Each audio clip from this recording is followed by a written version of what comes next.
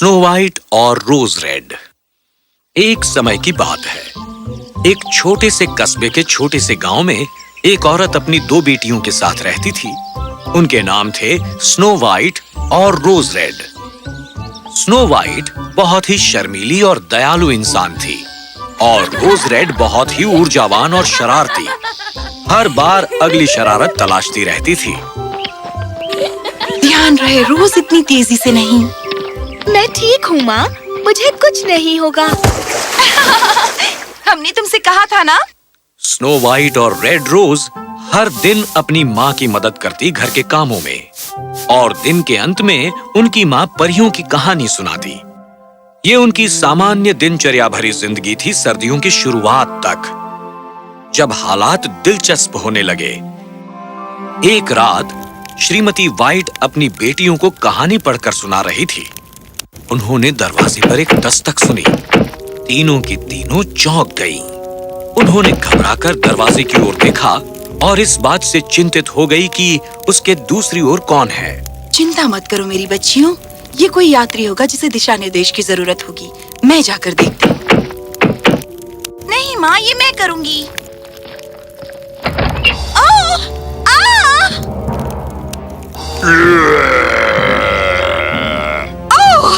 हे भगवान, ये क्या है? हे भगवान, ये क्या है? कृपया चिल्लाना बंद कीजिए, मैं बस एक भालू हूँ। कृपया खामोश हो जाइए, मेरे कानों में दर्द हो रहा है। मुझे बस थोड़ी मदद की जरूरत है। मुझे ठंड लग रही है और मैं भूखा हूँ। सबके सब ने चिल्लाना बंद कर दिया जब भालू बोलने लगा। वो दूसरे भालुओं की तरह नहीं था, उसकी आवाज विनम्र थी। क्षमा करना, कृपया अंदर आ जाइए। तीनों ने उसकी ओर देखा और उसे अंदर आने दिया। तुम बर्फ से ढके हो, मुझे तुम्हारी मदद करने दो।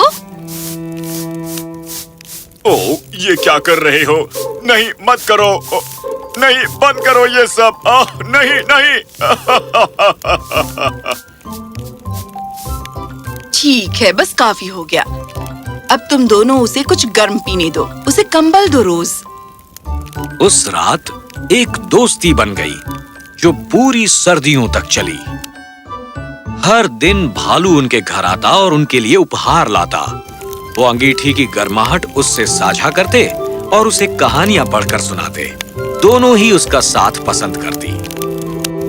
तब जैसे जैसे समय गुजरा, सर्दियों का अंत हो गया। अब उसके जाने का समय आ गया था। यदि ये जादू ना होता तो मैं तुम दोनों से नहीं मिलता। क्या मतलब है तुम्हारा? कौन सा जादू? तुम मत जाओ, हमारे साथ रहो। मुझे जाना होगा। उस हर चीज के लिए धन्यवाद जो तुमने की, पर अब जबकि सर्दियां खत्म हो गई हैं, मुझे जाना होगा। और फिर वो चला गया, अपने उन दोस्तों को पीछे छोड़कर जिनसे वो इतना प्रेम करता था। कुछ दिनों के बाद स्नो वाइट और रोज रेड जंगल से गुजरी, फल और लकड़ियां चुनती हुई। अचानक ही उन्होंने अजीब चिल्लाहट सुनी जो उनके सामने से आ रही थी। वो आवाज के पीछे गई और कुछ अजीब नजारा देखा। एक बौने की लंबी दाढ़ी एक गिरे हुए वृक्ष में फंस गई थी। जब वो हताश होकर ऊपर नीचे कूद रहा था। बकवास दाढ़ी और सत्यानाश हो इस वृक्ष का। तुम दोनों घूरना बंद करो, यहाँ जल्दी से आओ और मेरी मदद करो। उन्होंने अपनी चीजें नीचे फेंकी और दोनों ने मिलकर पेड़ को उठाने की कोशिश की। जितना वो कर सकती थी उसे खींचते हुए और उठाते हुए अपनी पूरी शक्ति लगाकर उन्होंने कोशिश की। फिर दोनों ने हार मान ली। अचानक रोज रेड को एक तरकीब सूझी। बौना ऊपर नीचे उछलता रहा जब तक उसे ये दिख नहीं गया कि रोज रेड के हाथ में क्या है। नहीं, रुको।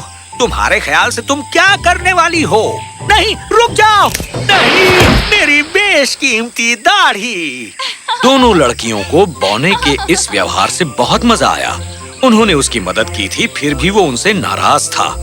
वो उन पर चिल्लाता रहा जब वो जंगल में दूर चलकर जा रहा था, उनकी मदद का धन्यवाद किए बिना। अगले दिन लड़कियों ने नदी के पास टहलने का निर्णय लिया। एक बार फिर उन्होंने सुना वो चीखना और चिल्लाना उस बौने का जिससे वो मिली थी। दोनों बहनें एक बार फिर उसकी मदद के लिए दौड़ गई। इस बार उसकी दाढ़ी एक मछली के मुंह में फंसी थी। ये मूर्ख मछली, तुम्हारी हिम्मत कैसे हुई? अब तुमने खुद को किस संकट में फंसा लिया? क्या तुम देख नहीं सकती कि ये भयानक मछली मुझे पानी में खींचना चाहती है? मेरी मदद करो। स्नो वाइट और रोज रेड ने फिर से उसकी मदद करने का फैसला किया।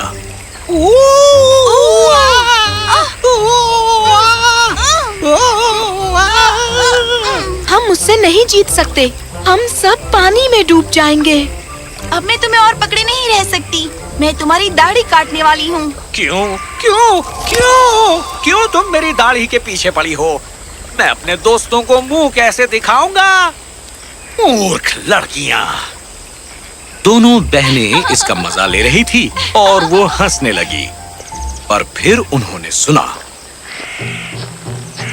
अपने पीछे एक बड़ी सी चट्टान पर एक नौजवान जमीन पर गिरा पड़ा था और उसके माथे पर एक जख्म था। हे, कौन हो तुम? तुम यहाँ क्या कर रहे हो? मैं राजकुमार एडम हूँ। मैं अपने भाई जोसेफ को ढूंढ रहा हूँ। वो सर्दियों से ही गायब है। ओह, मैं स्नो वाइट हूँ और ये मेरी बहन रोज रेड है। क्या हम उसे ढूंढने में तुम्हारी मदद कर सकते हैं? वो जवाहरात का थैला लेकर जंगल में टहलने के लिए गया था, पर रास्ते में ही वो गायब हो गया। मैंने अभी एक ऐसा जानवर देखा है जो जवाहरात का वैसा ही थैला उठाए हुए था, और जब मैंने उसका पीछा करने की कोशिश की तो उसने मुझ पर एक मंत्र फूंका और मैं देख न सका कि मैं कहाँ जा रहा था। मैं गिरा और मेरा सिर इस पत्थर पर लगा। मुझे ये जानकर अफसोस हुआ। हम तुम्हारी मदद कर सकते हैं। जब लड़कियों ने राजकुमार की सहायता करने का वादा किया तो उसे कुछ राहत मिली, पर उसी क्षण उन तीनों ने एक बहुत ही गरजती आवाज सुनी। ये उनके पीछे घने जंगल से आ रही थी। वो तीनों घोड़े पर सवार हो गए और उस चिल्लाहट की दिशा की ओर तेजी से दौड़े। उन्होंने उस बौने को गुफा से बाहर दौड़ते देखा जब उसके पीछे एक भालू लगा था। मुझे छोड़ दो, बचाओ! अरे, ये तो हमारा दोस्त भालू है। वो बौने के पीछे क्यों भाग रहा है? राजकुमार ने अपनी तलवार निकाली और बौने और भालू की तरफ बढ़ने लगा। तुम लड़कियां यहीं पर रुको। इसी जानवर को मैंने अपने भाई के जवाहरात वाले थैले के साथ देखा था। इसे इसके किए की सजा मिलनी ही चाहिए। सावधान रहना। मुझे अकेला छोड़ दो। ये सारा खजाना जो तुम्हें चाहिए ले लो। देखो तुम्हारे जादू ने मुझे क्या बना डाला। मुझे बस जवाहरात ही नहीं चाहिए। ये मुझ पर छोड़ दो मेरे दोस्त। ये बौना मेरा है। बहुत हो गई ये बेवकूफी। अब मेरा असली रूप दिखाने का समय आ गया है। तुम सोचते हो तुम मुझे हरा सकते हो? तुम सबको अब इसकी कीमत चुकानी पड़ेगी। ओह, ये क्या? जल्दी करो रोज, वो तलवार मेरी तरफ, मेरी तलवार फेंको। ये इसकी दाढ़ी ही है। इसकी दाढ़ी काट डालो। यही इसकी सारी शक्ति है। अभी करो जल्दी। जब बौने ने अपना दानवी रूप इख्तियार कर लिया, स्नो वाइट उनकी तरफ अपनी कैंची लेकर दौड़ी और रोज रेड तलवार लेकर। तुम बेवकूफ लड़की, तुम सोचती हो कि मैं तुम्हें छोड़ दूंगा? नहीं, नहीं, राजकुमार, ये लो। नहीं। राजकुमार एडम ने अचूक निशाने से अपनी तलवार फेंकी और इसने पूरी तरह बौने की दाढ़ी काट डाली। उसके चेहरे से कटकर दाढ़ी जमीन पर गिर गई और वो आकार में सिकुड़ने लगा।